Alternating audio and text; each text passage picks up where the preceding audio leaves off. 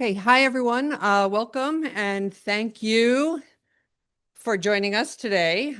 Those of you in the room and those of you online as well, as we recognize International Holocaust Remembrance Day, which was designated as such by the UN General Assembly as January 27th, which is today, on the anniversary of the liberation of the Auschwitz-Birkenau concentration camp, as a day to remember the 6 million Jewish victims of the Holocaust and the millions of other victims of Nazi persecution. At New York Medical College, we mark the day by reflecting upon the stories of the Holocaust through a medical lens. Today, I have the honor, before we get started, of introducing Ken Jenkins to the podium. Ken Jenkins is the County Executive of Westchester County, New York. All right, so good evening, everyone. Thank you so much for the invitation to be here this evening. I want to certainly thank Dr. Halperin, Dr. Jarausch, and Dr. Ferrando, and everyone who helped to bring this important program together. I'm certainly grateful for New York Medical College, Touro University, and their partners for creating space for an honest conversation this evening and reflection. International Holocaust Remembrance Day asks something difficult of us. It asks us not only to remember the unimaginable suffering of the 6 million Jewish lives that were murdered and the millions of others that were targeted, but to confront how such atrocities were allowed to happen. Remembrance requires us to engage with uncomfortable truths, to study the past with clarity, and to carry those lessons forward with intention. That is why tonight's discussion matters so much. Reluctant Accomplice challenges us to look beyond history as a series of distant events and to instead examine human behavior. Through personal letters and medical insight, this program explores how ordinary people became participants in an extraordinary harm. That question is not confined to just the past. It's relevant in every generation, including our own. The Holocaust did not begin with death camps. It began with words, with normalization of hatred, with silence in the face of injustice, and with people convincing themselves that they were powerless or uninvolved.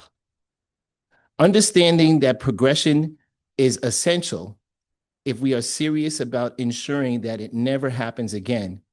Education is the strongest tool we have against repetition. In Westchester, remembrance means action. It means teaching our children the full truth of history. It means speaking out against anti-Semitism and all forms of hate when we see them, not later and not quietly. It means refusing to accept intolerance as inevitable or acceptable. We do this not only to honor those who were lost, but to protect future generations. I want to thank our speakers this evening for their willingness to engage with these difficult topics, and thank everyone here for choosing to listen and reflect. May tonight's conversation strengthen our resolve to stand up for human dignity, to challenge hatred whenever it appears, and to ensure the lessons of the Holocaust guide our actions today and the future. Thank you so much. Okay, before we get started, for those of you who are interested, we are offering AMA CME credits. So take a moment to take down the information on the screen or use the QR code with your phone camera.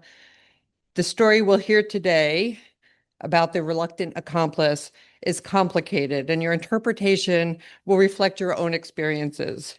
As listeners, with a medical lens, you might think about the experience of the soldier at the center of the story, about his moral dilemma and the moral injury of serving for a cause you start to doubt, and the psychology of trauma, and the loss and search for a parent you never met. In a moment, we will watch a pre-recorded conversation between our Chancellor, Dr. Edward Halperin, and Professor Konrad Jarausch, editor of the book, The Reluctant Accomplice. Side note, The book is available for purchase from your favorite bookseller and also available in both print and electronic form from the Capozzi Library. Following the interview will be a response from the New York Medical College Chair of Psychiatry, Dr. Stephen Ferrando, a brief question and answer period. So feel free to use the Q&A function within your Zoom, or if you're in the room, you'll step up to the microphones. And finally, a reflection by Rabbi Baruch Fogel. In advance, I'd like to thank our co-sponsor for this event, the Center for Holocaust, Genocide, and Human Rights Education of North Carolina and the Holocaust Speakers Bureau, as well as the donors who make programming like this possible, especially the Joseph Popak family and the Hirth and Samowitz families. And also, I'd like to thank the educational media staff at New York Medical College, Michael Cotter, Michael Frankfurter, Juan Castro, for video production and sound and video engineering during the event. Please start the video. Good afternoon, everyone, and welcome to our program on International Holocaust Remembrance Day. I am your host, Dr. Edward Halperin. I am the Chancellor and Chief Executive Officer of New York Medical College and the Provost for Biomedical Affairs of Touro University. Our program today is sponsored by Touro University, New York Medical College, and the Center for Holocaust, Genocide, and Human Rights Education of North Carolina and Holocaust Speakers Bureau. We are going to be talking today about the experience of a guest's father in World War II. This is a theme we began with last year. Those of you who have joined us for previous programs will remember that last year we had United States Ambassador John Withers, who had retired from the U.S. Foreign Service, ambassador to Albania. He wrote a book, Bomb in Gilead, which describes the experience of his father in an all-Black military unit of the United States Army. You will remember that the United States had a segregated Army, Navy, Air Corps, and Marines until the military was desegregated by executive order by President Harry Truman. But that was after World War II. During the war, the military was segregated. Ambassador Withers' father, in an all-Black unit, participated in the liberation of concentration camps and shielded individuals who had survived from those camps until they were able to return to their new homes. Now, Ambassador Withers shared with us the experience of his father being told that the troops were fighting for freedom in Europe, but they were fighting for freedom in a segregated military and then would return home to deal with the Jim Crow laws of the United States. Following this theme of books which describe the experience of a father in World War II, our guest today is Professor Konrad Jarausch, who will be talking about his book, Reluctant Accomplice, published by Princeton University Press. Professor Jarausch received his master's and doctoral degrees from the University of Wisconsin. He is the Lucy Professor of European Civilization Emeritus of the University of North Carolina at Chapel Hill. His CV is breathtaking. He is the author of over 40 books, over 200 articles in the scholarly literature, guest lecturer throughout the world. His work covers the span of German history from the turn of the last century, the early 1900s, through Germany in the First World War, the rise to power of Adolf Hitler, Germany in the Second World War, and the reunification of East and West Germany. He has also written on the subject of the relationship of the leaders of East Germany with Leonid Brezhnev, the leader at that time of the Soviet Union. In the book we'll be discussing today, Professor Jarausch goes over the experiences of his father. His father was conscripted into the German army and served in the army until his death of typhoid fever in 1942. Let's consider the big picture of the era in which we're going to be discussing today. World War II begins on September 1st, 1939, when Germany invades Poland from the German-Polish border, while concurrently the Soviet Union invades Poland from the opposite border. You will remember that there was a German-Soviet Union non-aggression pact. Stalin's forces come from one side, Hitler's from another, and Poland eventually falls. Then Germany abrogates the pact and invades the Soviet Union. So our story from 1939 to 1942 will be covering this era.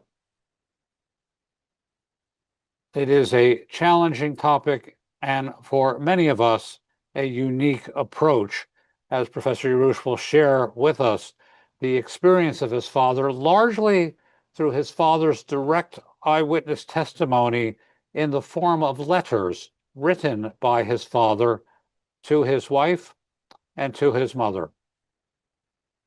Professor Jarausch, thank you for joining us today for our session. Good afternoon, everyone, and thank you very much for the invitation. It is a real pleasure to participate in this Holocaust remembrance. Professor, let's begin our conversation by grappling with the essential question: who was your father and how he came to be where he was? I want to read an excerpt from your book where you describe your father. Combining his scholarly interests with teaching practice, he involved himself in Protestant pedagogy so as to improve the teaching of religion in public schools.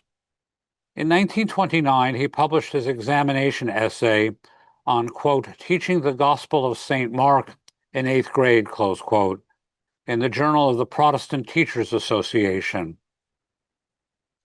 In spite of his academic training, he understood the Gospels not as historical documents, but as testimony of faith, that is, as the voice of God. For a teacher, such an existential concept of faith posed the challenge of making the words of the text speak in such a way that pupils can hear in them the message of God's kingdom.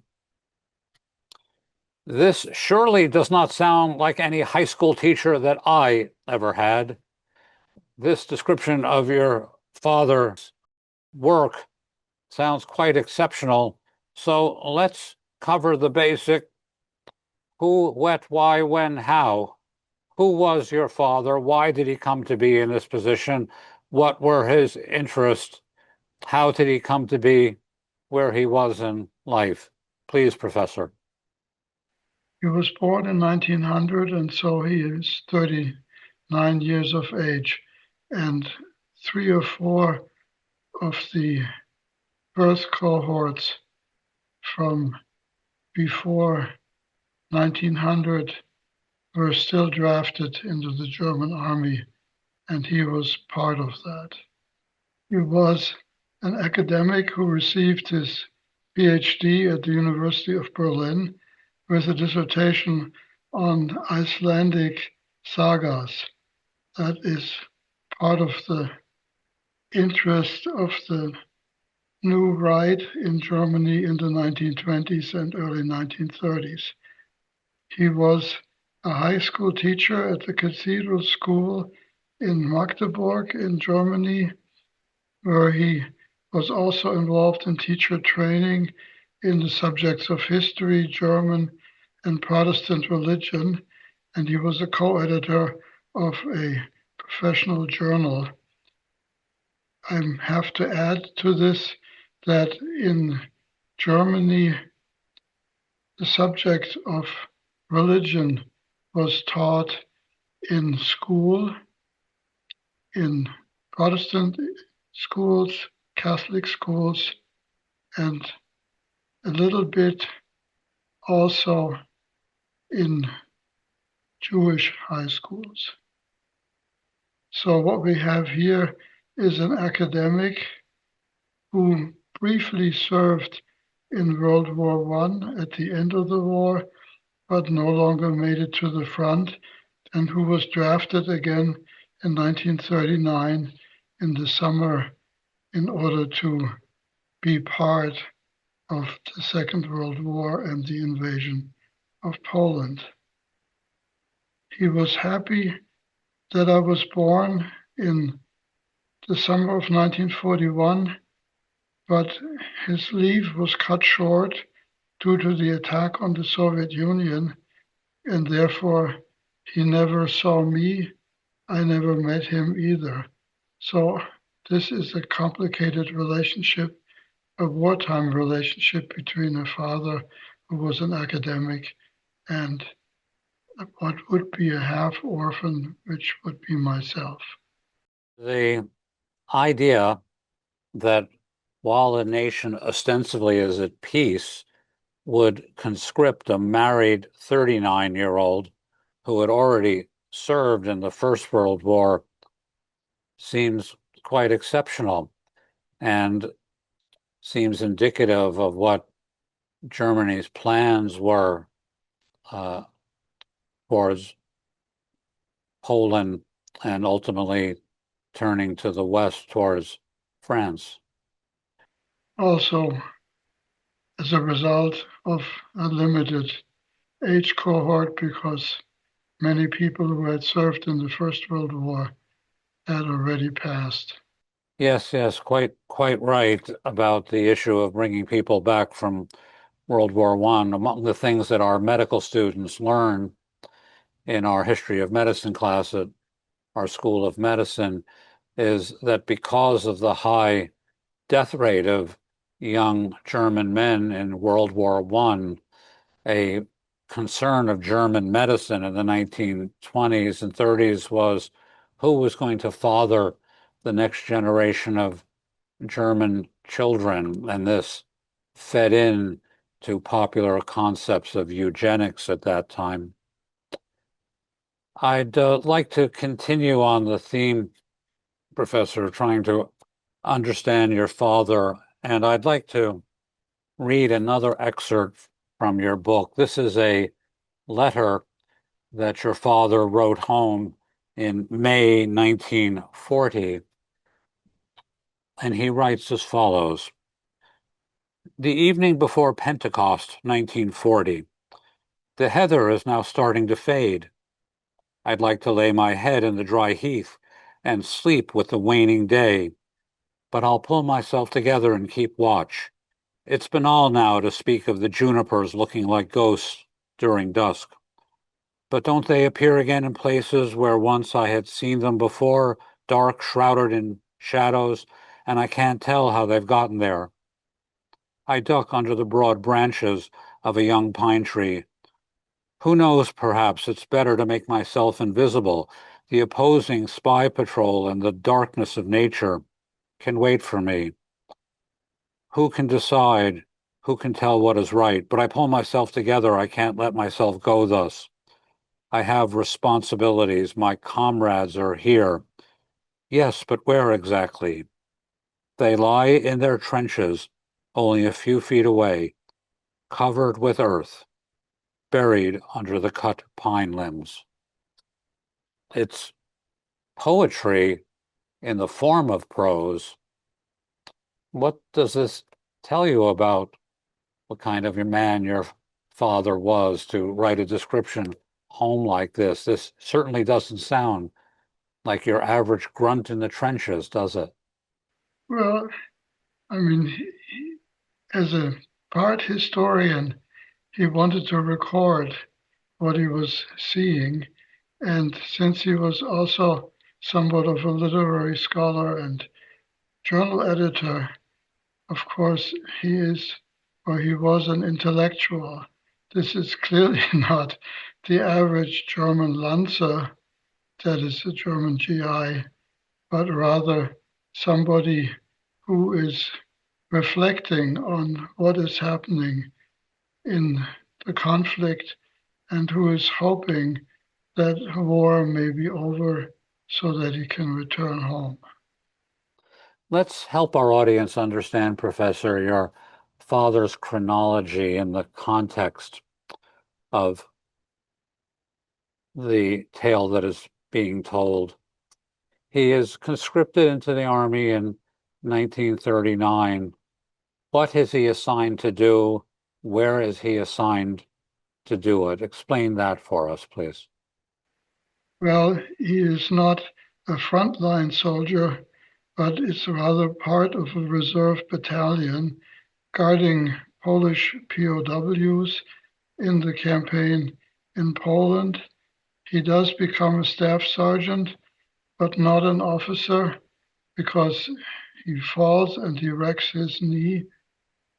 He is involved in training of recruits in the summer of 1940.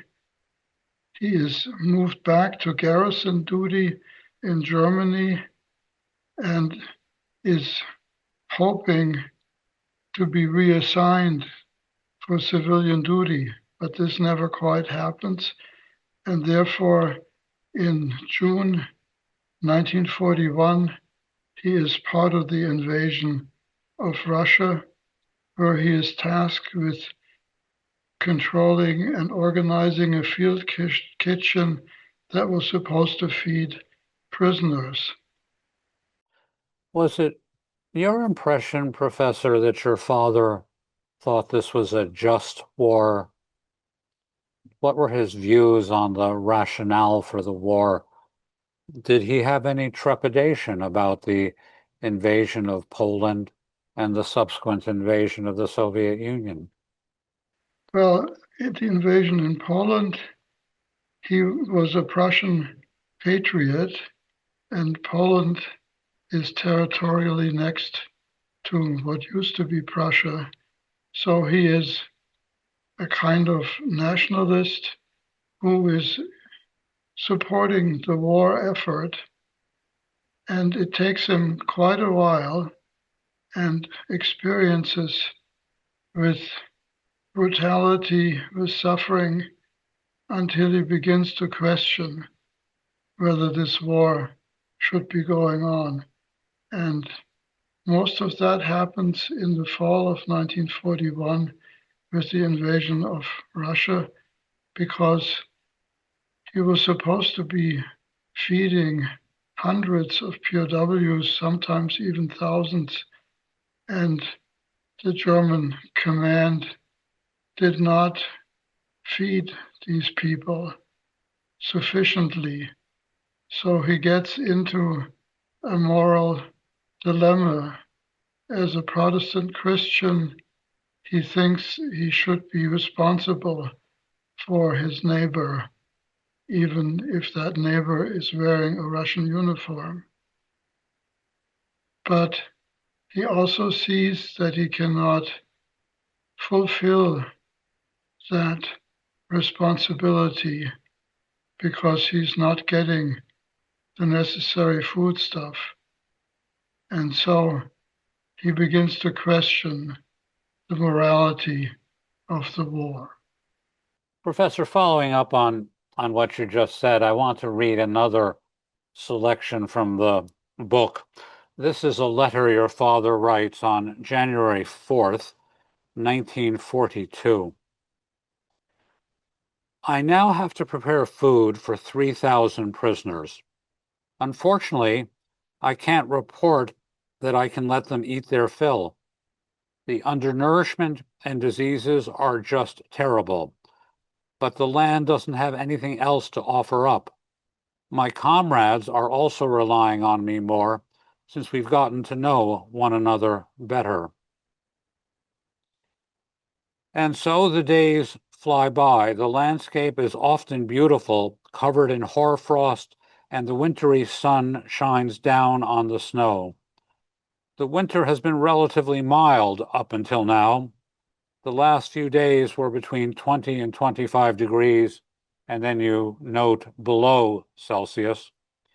That's bearable if one has enough to eat, has warm clothes, and a warm, well-lit place. The Russians don't have any of those things. Their suffering is terrible. Your father keeps trying to reassure your mother and your grandmother that everything's okay, don't worry, but he's describing a brutal Russian winter and terrible suffering of the people he's responsible for feeding. It seems like his views on the war are starting to change. Yes, there is something that some scholars call a hunger plan. The Nazi leadership was not only anti-Semitic, but also anti-Slavic. And they, to some degree, were not just incompetent or willing to run the risk of not fulfilling their responsibility, but actually actively thinking that as many people that would die, that would empty out the eastern lands so that they could become German colonies in the future. Your father writes how some of the other German officers say, you need a really thick skin to work around here. You just have to wall your emotions off from the suffering of the Russian POWs. But he can't seem to accept that, can he? No, because it's one thing to be in Berlin and far from the front. It's something else when you have to be confronted with the day-to-day, and when people that want to get fed stagger up to the feeding station, and some of them fall down and die on the spot, so that you have a personal experience with the suffering. And you ask yourself, is this something that should be going on? Let's turn now to a letter your father writes home on January 10th, 1942. We've gotten faster at handing out the food. 6 men fill bowls without a break. Others are constantly carrying large vats out of the kitchen. In this manner, 2,600 men can be fed pretty quickly, but getting them to stand in line always results in a fight to get at the head of the line. When that happens, we have to thrash them ruthlessly. Many of them collapse if you just touch them. Hundreds of them just slowly stagger around, are carried around on others' backs, or walk with crutches. The ground is frozen stiff. There's always someone lying at our feet.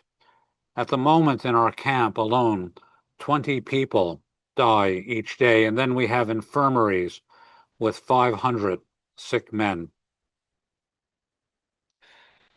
Your father is relating the profound suffering of the Russian POWs. Let's direct our conversation now to your father's views of the persecution and execution of Jews during the invasion of Poland and of the Soviet Union. Share with us what his experiences are and how he describes what he sees and how he interprets it. He writes a mixture of description and judgment, and the descriptions are critical. They deal with the poor situation of Jews in the ghettos and also with tasks which civilian Jews had to do for the German military. And in this I have a sense of some sympathy, but it is not his main concern, so that he is part of a nationalistic culture that writes in cliches, but there are also descriptions of a ghetto where you see sympathy with the people who are suffering. And a couple of or 3 decades after the war, I got unprompted because my name was mentioned in some other relationship in another book in a German newspaper, former students of his who said that in the mid-1930s, when Jewish pupils were pushed out of the public schools, that he was trying to help them. Now, this is not part of the letters anymore. So what you have there, I think, is a kind of mixed record. Part of anti-Semitic cliches on the one hand, and some degree of human sympathy on the other hand. Professor, during your father's final leave home to see his family, your mother is pregnant with you. He returns to the battlefront, and you are born after he has left. He never met you. He never saw you, and you never met him. Your experience of your father is what your mother and grandmother and other relatives told you, and these letters, is that correct? Yes, and of course also some of the things which he wrote in the journal. Professor, why did you feel the need to write this book? His fate hung like a dark cloud over my childhood and adolescence, because when he died from typhus in January 1942, his former friends, collaborators, colleagues, and so on, created a kind of cult because he was an exceptional person. They wanted to keep the memory alive. And my mother also then laid on me the responsibility to become like him. I have the same first name, and my godmother, Magdalene von Thielen, who was a Prussian conservative member of the Prussian Congress, also treated me as someone who should continue his task, which was to teach religion in the post-war situation. And when I was an adolescent, I originally thought I was going to become a Protestant pastor and had Latin, Greek, and even a couple of years of Hebrew. But as an older adolescent, I broke with the religious faith and tried to find my own way. And my relationship to my non-existent anymore father was therefore highly ambivalent, because on the one hand, I had to accept that he had an exceptional life, but on another level, I didn't like Prussian patriotism. I didn't like German nationalism. I did not agree with his political views or with his religious views.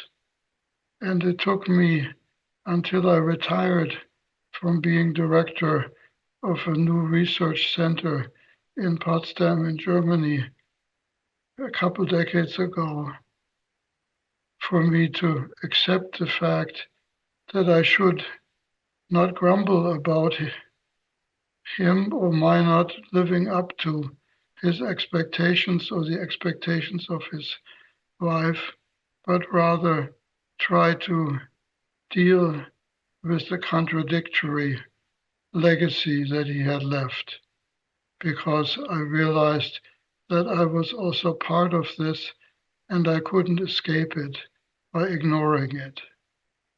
Professor, I want to probe a little bit about the selection of the title, Reluctant Accomplice. A graduate of the School of Medicine of New York Medical College was Dr. Robert J. Lifton, a psychiatrist. Dr. Lifton spent his career studying extremes of behavior, brainwashing in the Korean War, atrocities in Cambodia. Perhaps his most famous book is called The Nazi Doctors. In this book, he probes interviews with about 30 physicians who played roles in the killing factories and unconsented medical experimentation. He coins a term which sometimes the term used is dualism, sometimes it's compartmentalization. How is it that a human being can simultaneously be involved in two extremes of behavior? A Nazi doctor goes to a killing factory, stands at the railroad terminus, and selects people for work or for the crematoria, finishes his shift, and heads home. Another doctor spends the day involved in gruesome, unconsented medical experimentation on people, finishes their shift, and goes home. Then they take the children to the playground, push them on the swings, have supper with the family, maybe listen to the radio, and act like it's just another day at the office. He wonders in his book about how people can engage in this dual behavior. Now, you selected a title for your book, Reluctant Accomplice, I assume by design, to suggest this dualism or compartmentalization in your father. Do you think your father was compartmentalizing? And as the war proceeded and he got new experience observing the suffering of non-combatants, did the balance in his point of view tip or change? I think early he compartmentalized, but eventually, with his experiences of mass murder, he wasn't able to do this any longer, and he developed a conflict of conscience. And it's not just his typhus that does him in at the end, but also the fact that he can't reconcile his tasks as a military non-commissioned officer on the one hand and his moral duties as either a Christian or a humanist. To this point, let me read another excerpt from the book. The utter brutality of the ideological war of annihilation ultimately compelled my father to distance himself from the Nazi project of racial hegemony. He had never been enthusiastic about the National Socialist, since he considered the ideologue Alfred Rosenberg much more confused and muddled than the philosopher G.F.W. Hegel. Similarly, he warned against blind obedience to Hitler's messianic claims, because the Germans would only be able to make sacrifices for the war if their belief in the Fuhrer and his insights remains temporal and limited. Also, he was appalled by the repression of the church and the spiritual emptiness of the Nazified officer trainees. Among the younger ones, a different attitude prevails, intolerance in every respect toward the church and the Jews. Decisive for breaking with the Nazis was, however, the experience of inhumanity during the mass dying of the POWs. Now, to me, reading this, it seems to me extraordinary that these letters home got past German military censors. One would not think that the Nazi government wanted people on the home front to receive letters about ambivalence about the war, criticism of the Fuhrer, letters which speak to the humanity of the Russian POWs when the policy was to consider these humans subhuman. Your father seems to be placing himself at risk in sending these letters and his family at risk for receiving them. Your thoughts on this, please? Yes, of course. And he does also allude to the fact that they have to be careful with the letters, that only in the inner circle can they be shared, because censorship of the correspondence was a Nazi insistence, a task. They could, of course, not, with millions of letters being sent back and forth, they couldn't control all the time, but there was a risk that they would open the letter and find something which they would consider to be a violation of military duty.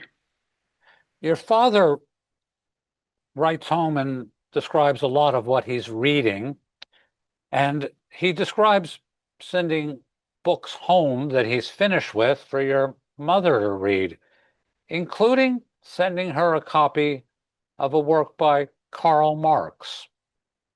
A work by Karl Marx.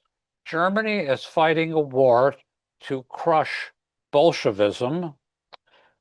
They think that this war is justified to put an end to this stain of Bolshevism, as German policy describes, and your father is mailing a copy of Karl Marx in the mail after he's finished reading it for your mother to read. I mean, what would have happened if the censors had discovered this? Well, it would not have been pretty, that's for sure. And it's typical of an intellectual who tries to have a reflective relationship to what is happening in his life rather than just living. We've covered a good deal of ground in our conversation today, and let me then ask a standard get near the end of the conversation question. Is there anything I have not asked you or brought up that you think it's important for our audience to hear? Well, what I was interested in was also the process by which somebody who was personally decent gets involved in a war of annihilation that is beyond normal warfare, but rather aims at eradicating entire ethnic groups, and who then has to live with that knowledge. And what does a person like that do? And what he does is he begins to fraternize with some of the more educated prisoners. He tries to learn Russian. He has Russian lessons. And he befriends an artist who draws images from the POW camps. And he has a Russian opera singer who voluntarily, not compelled, gives a concert with 5 Russian POWs and 1 German present, namely my father. So there is a change of attitude, and there is an attempt to find a kind of humane relationship with at least some of his charges. And that is a positive as far as I'm concerned. Of course, we don't know. He passes away before he could act in a stronger, more decisive way on his new feelings. There were German soldiers who deserted, and he does not reflect on that possibility, but he does distance himself from what he considers also mass murder. Professor, you've done us a great service by chatting with me, and a great service to your readers by preparing this book. The book is Reluctant Accomplice. It is published by Princeton University Press. We look forward to further discussion of this book after this pre-recorded section. We're going to hear from the professor and chair of the Department of Psychiatry at New York Medical College, Dr. Stephen Ferrando, who's going to offer us his thoughts on the book and on the conversation that we have just had. We will, after that, go to your questions and comments, and we will address them, and then we will conclude with some closing remarks by Rabbi Baruch Fogel. So please prepare your questions, and we will get to them after we hear from Dr. Ferrando. Professor, thank you for chatting with me today. And thank you very much for your interest in the case and for your very sensitive way of dealing with it. Thank you. Thank you so much. I feel very privileged and humbled to be here with you this afternoon. For CME purposes, I must state that I have no conflicts of interest to disclose. And I must acknowledge before I speak for a few minutes and comment both on my experience and thoughts reading the book, but also from this interview, I feel like Dr. Halperin has kind of done my job for me, did a masterful interview. And I must acknowledge that Professor Jarausch and his wife are listening in today and will be part of the discussion afterwards. So we're very privileged to have them. And we're, hopefully my commentary will honor what he's done, something I consider very brave. My purpose today is to comment on some of the psychological themes that I think Dr. Halperin began to flesh out in the interview. Primarily, I will focus on Jarausch Sr., the officer in the German army during the war, and we'll touch a little bit on the professor's experience in writing the book and what may have motivated him, and some of the developmental issues that are potentially involved in doing such a project. I'm only going to be able to scratch the surface. I just have a few minutes. And what I'm not intending to do is be an armchair or professional psychoanalyst here. In fact, I'm not a psychoanalyst, but I know a few things about the psyche and have studied psychology. And so I wanted to provide a few insights.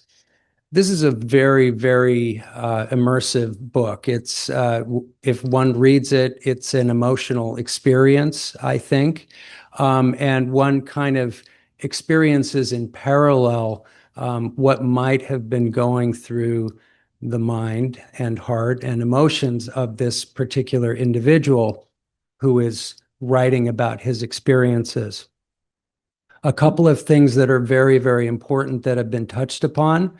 First of all, this is an individual who's older, who is clearly an intellectual, who has written a lot.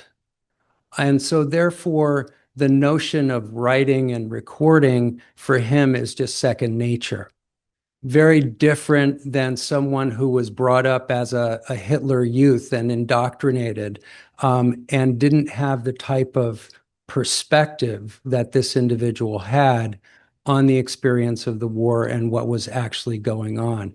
As the professor said, that was his practice. He was an observer, and he did things that were against the grain just by his nature. A little bit about the title. That's touched upon in terms of the concept of compartmentalization and dualism. But as we probably know, an accomplice is someone who's not a perpetrator, but who facilitates and acts to aid the perpetrator. So here, part of this conflict is, am I a perpetrator or am I an accomplice? And what does that mean? Obviously, there's a legal definition, right? An accomplice can be charged fully for a crime. But there is some differentiation, but psychologically, it's very, very important.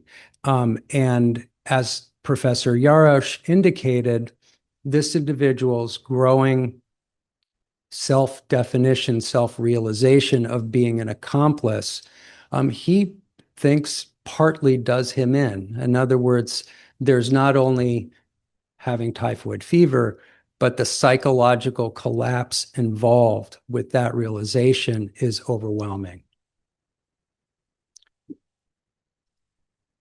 He provides several elements of support to the war effort. He's obviously at some point becomes an officer, a non-commissioned officer, and provides administrative support. He organizes the camps where prisoners are fed, and more gradually gets involved in some of the elements that he finds unacceptable, getting physically involved, actually striking troops, and things of that nature, which are very much counter to his moral beliefs. And you see that juxtaposition constantly throughout the narrative of witnessing atrocities, witnessing horror, having judgments, and then reflecting upon or focusing on his religious beliefs and his identity as a Christian and what that means. The letters, okay, so this is not a transcript of a therapy session, right? These are a series of letters, and so we can gather insight from the letters, but the letters themselves serve important psychological functions for this individual. One is to maintain his connection with his wife, with his mother, and with his friends, so that there's that very important superficial element to this. Not so superficial, but that's the manifest element of writing letters. The others are potentially more subtle. We assume that, and the professor could correct me if I'm wrong, he never intended these to be seen by other people or read by other people. So it wasn't like he was laying bare his psyche to us. And so it's interesting that these are revealed to us, by his son as a means of working through his own understanding of his father. But what you see over the progression of reading it is that there's really a construction of a narrative. And the construction of the narrative, you can see this progression of his moral vision of the war. But there's lots of there's aspects of emotion regulation when one is overwhelmed. Often in my field, we tell people, why don't you write it down? You work it through that way. And so there's an element of working through, of understanding what one has experienced through the writing and having someone else bear witness to it. And that's a very important psychological element. And what happens here, obviously, is self-reflection, reflection on the situation, and evolution, moral evolution. As the professor said, there's a progression over time to where this individual can no longer manage the cognitive and emotional dissonance of what is happening in front of him. He starts out as a German-Prussian patriot. There's nationalism. There's this belief that Germany is reclaiming what it had lost in the Great War and World War I. And so there was a certain honor in marching through, reclaiming Poland, etc. So that became a rationalization and a justification, although there was always somewhat of a implied separation between that and his religious beliefs. There's always this apparent tension. Over time, as indicated, his mechanisms of defense, and we'll get into that momentarily, really don't work for him very well anymore. We spoke of, or they spoke in the interview of compartmentalization and dualism, but there were other elements of defense mechanisms that I think served to help ward off the emotional horror of what was happening in front of him. These included rationalization. Rationalization is a mechanism of explaining away what one is doing. So even toward the end of the letters, you see him attempting to explain, for instance, during the course of attempting to feed the many thousands of POWs, he's very upset by the disorder and the chaos. There's a real need to make sure that there's order with the intention of feeding those who are properly standing in line and keeping in line those who are out of order. So there's an intention to help those who are, adherent and complying, and he resorts to aggression towards those people that are misbehaving. And the rationale is, well, this is to create order. This is so, we can feed those that are compliant. So rationalization can only go so far in explaining away as he's seeing people literally dropping at his feet.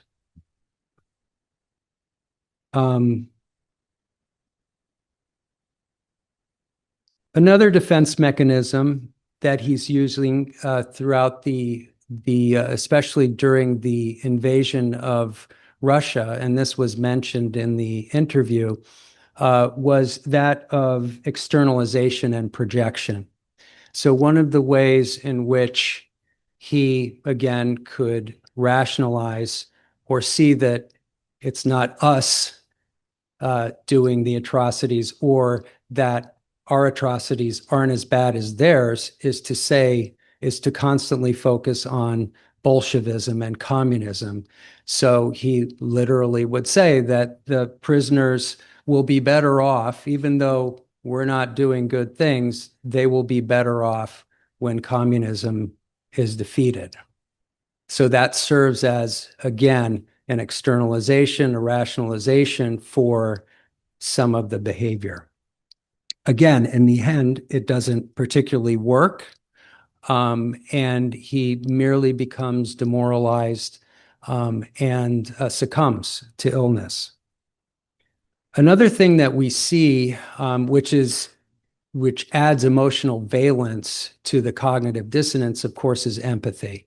So it's interesting because this really, he writes in a poetic fashion, and he's a keen observer of people. In the Jews, he could see keen intelligence. In spite of seeing the squalor in which they lived, he could really see things in them. And so that was always his attempt to understand.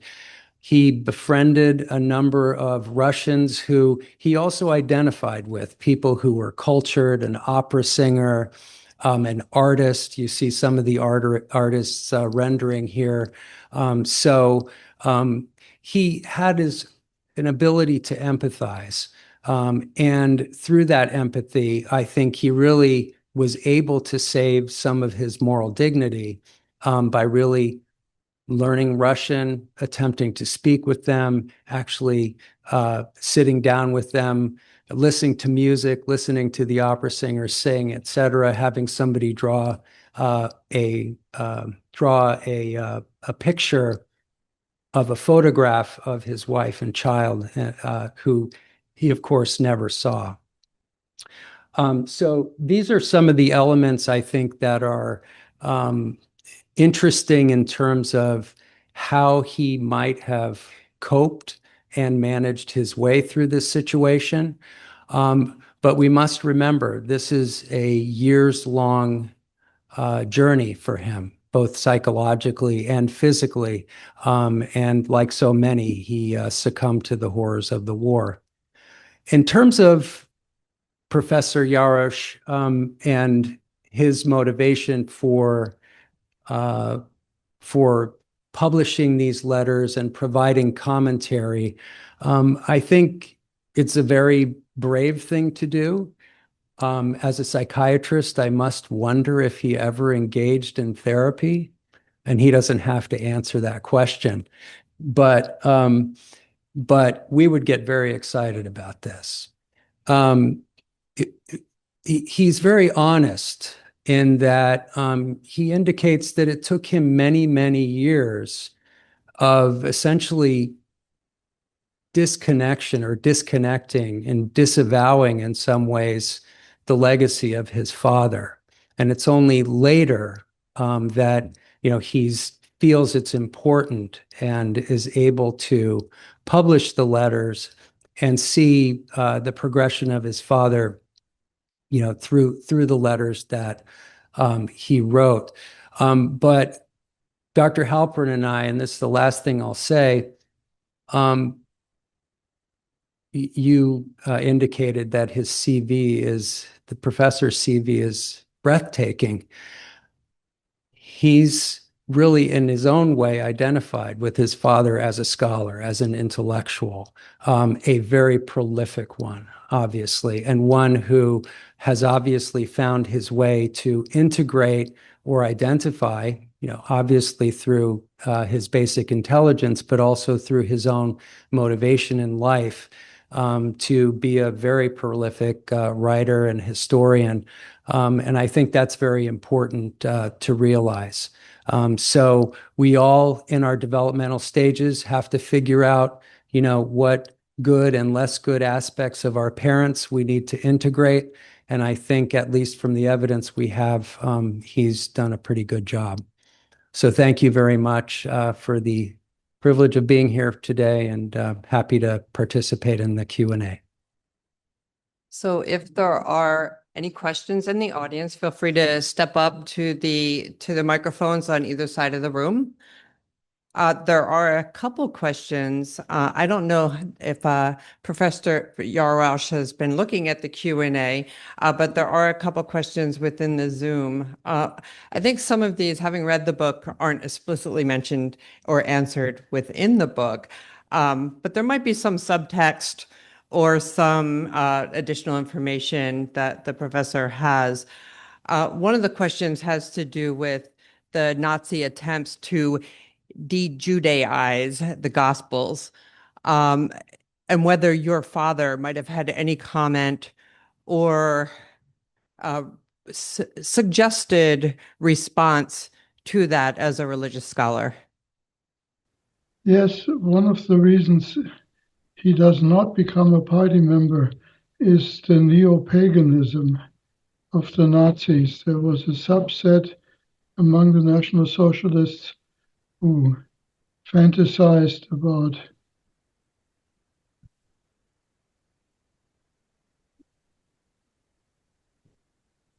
Germanic gods and who built in Quedlinburg a kind of training ground for Nazi religion, and this he could not abide. So there is a kind of empathy for not for the German Christian, but rather for the confessing church, that on the level of the church politics was trying to contradict the Nazi version. Does that help a little? I believe it does. Thank you. The next question has to do, it was alluded to that it was dangerous to be passing these letters and that they might have been discovered. Was there ever any feeling or discussion that maybe there was some repercussions or punishment for his migration in, his dealing with the prisoners as human and his relationships with them, that might have been looked down upon by the higher ups within the camps? Might there have been some trouble that he just never told? Yeah, I don't find that in the letters. When there was disagreement, it was more about lack of military bearing and lack of acting like what a Prussian officer was supposed to be like. So I don't, there was always a kind of small group of people who were also in favor of a critical approach. And with them, he could bond. With the other ones, there was a psychological distance and the kind of camaraderie of drinking and backslapping and other kinds of male and military behavior he did not agree with, and his comrades did not like in him either. Okay, and the final question from the Zoom has to do with your mother's reaction to your father's growing disillusionment and your rejection of some of your father's ideas. Well, I mean, she clearly had a strong emotional bond to him, with him, and the letters are so interesting because they are kind of a private conversation about large problems of the war. And she, in some ways, even went further with criticizing the Third Reich, at least from what I hear from people who have known her, because, of course, she was not male, she was not in the military, and therefore she could articulate her feelings better. So she is closer to the confessing church even than her husband. Are there any questions in the room? Yes, thank you. I just wanted to say thank you, Dr. Jarausch and Dr. Halperin, for arranging this. I did want to know why you chose to discuss this book today as opposed to something more focused on the experience of someone who went through the camps, of which, there's endless literature. Well, if I may answer this, the literature on perpetrators is much less interesting. After the war, they did not, if they survived, they did not dare speak out in public, and only in their own circles of former SS members and so on. And yeah, let me just,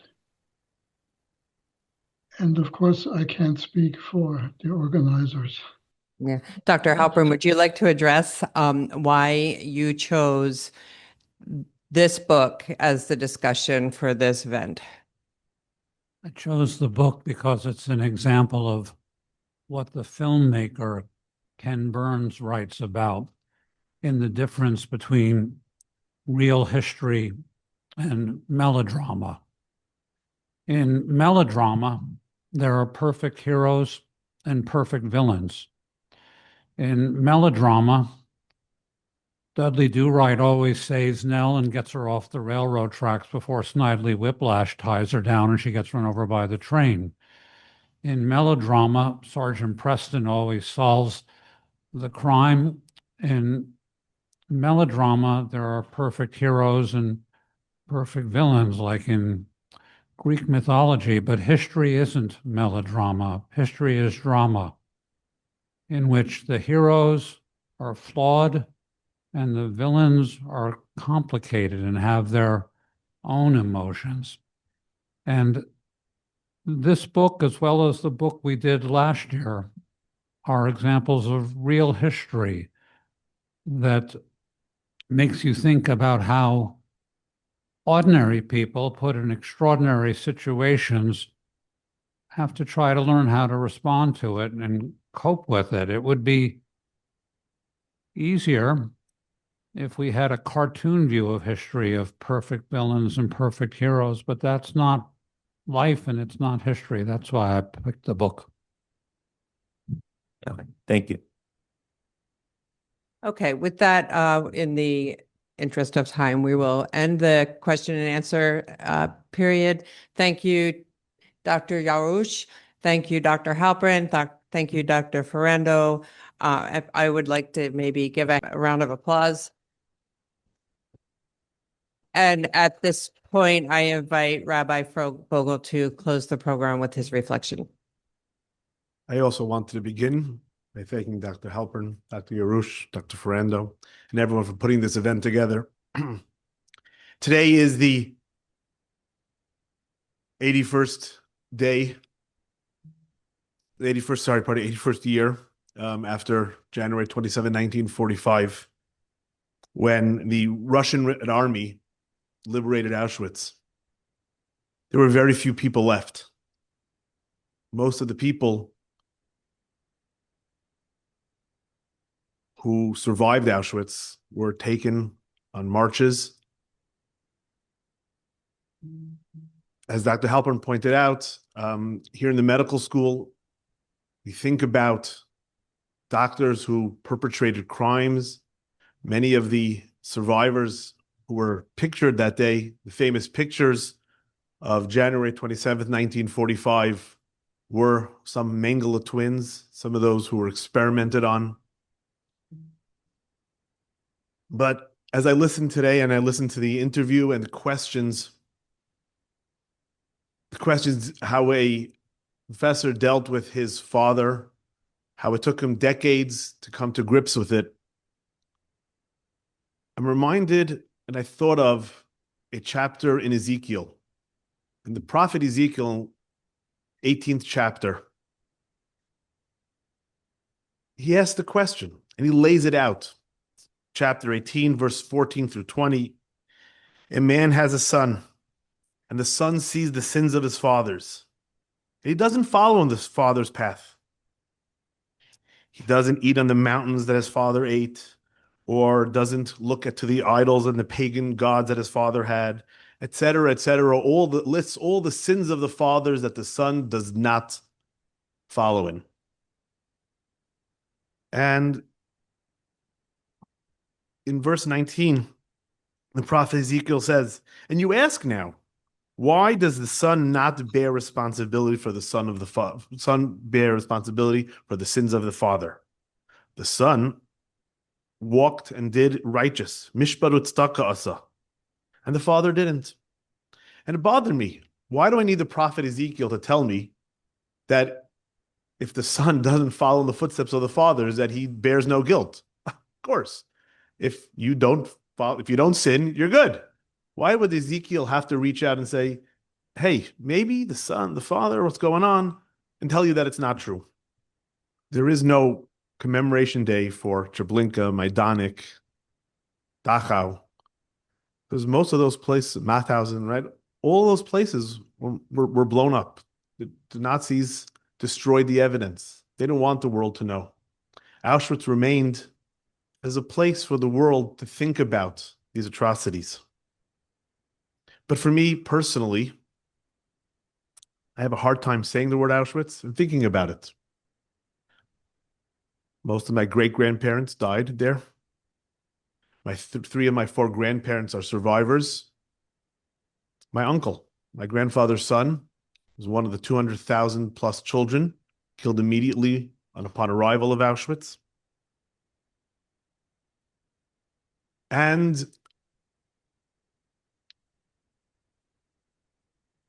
Auschwitz is something that has been part of my life.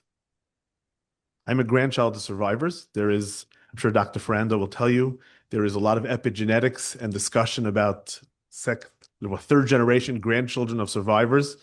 I probably should get a session in. It's something that really, it's part of who I am. And you could see in Dr. Jarausch's comments and his struggle. I know the book was called Reluctant Accomplice, about his father, but he's a reluctant son dealing with the sins of his father, and his father's, the moral complexity that his father had to deal with. I think that's the point of the prophet Ezekiel. No matter how different the child is from his parent, it affects them. No matter if you don't know, you never met, you never saw, you never were in touch, it has an effect on you. And I think 81 years later, after the liberation of Auschwitz, 81 years when the claims conference for survivors released statistics that there's less than 200,000 survivors left, over 30% are above 90, and the rest, and many of the younger survivors were children, and might have a hard time discussing exactly what happened. There aren't that many survivors left themselves to talk, and it's on our generation, the next generation, the following generation. And I would like to end with just one more reflection, if possible. Many teenagers, younger people, go to visit Auschwitz. It is because it is the one that is left standing. It is a place where we educate. We bring students there to see the horrors, the depravity that man can reach in oppression of others. But I don't think it's just to educate. Sometimes, when it's the March of the Living, it's to proclaim that they failed, thank God. We survived. We're here. But I spoke to a great-grandchild of survivors, and I asked them, one of these teenagers, when they went, what did they think? And they expressed to me that when you go there, when you think about it, you bear the responsibility. You say that we, first generation, second generation, third generation, and all of us who remember today, use this day as an impetus to remember, use this day as a way to ensure that the Holocaust will remain a lesson, will remain something that we can learn from, commemorate, think about. And I really thank everyone for joining us and using this day as an inspiration. And I hope that the learning that we did today, I hope that the inspiration, the education we get will be a memory for all those who perished and help all of us continue to survive and grow and educate. Thank you very much. Okay, that does conclude the program. Thank you for your attendance, and grab some cookies on the way out.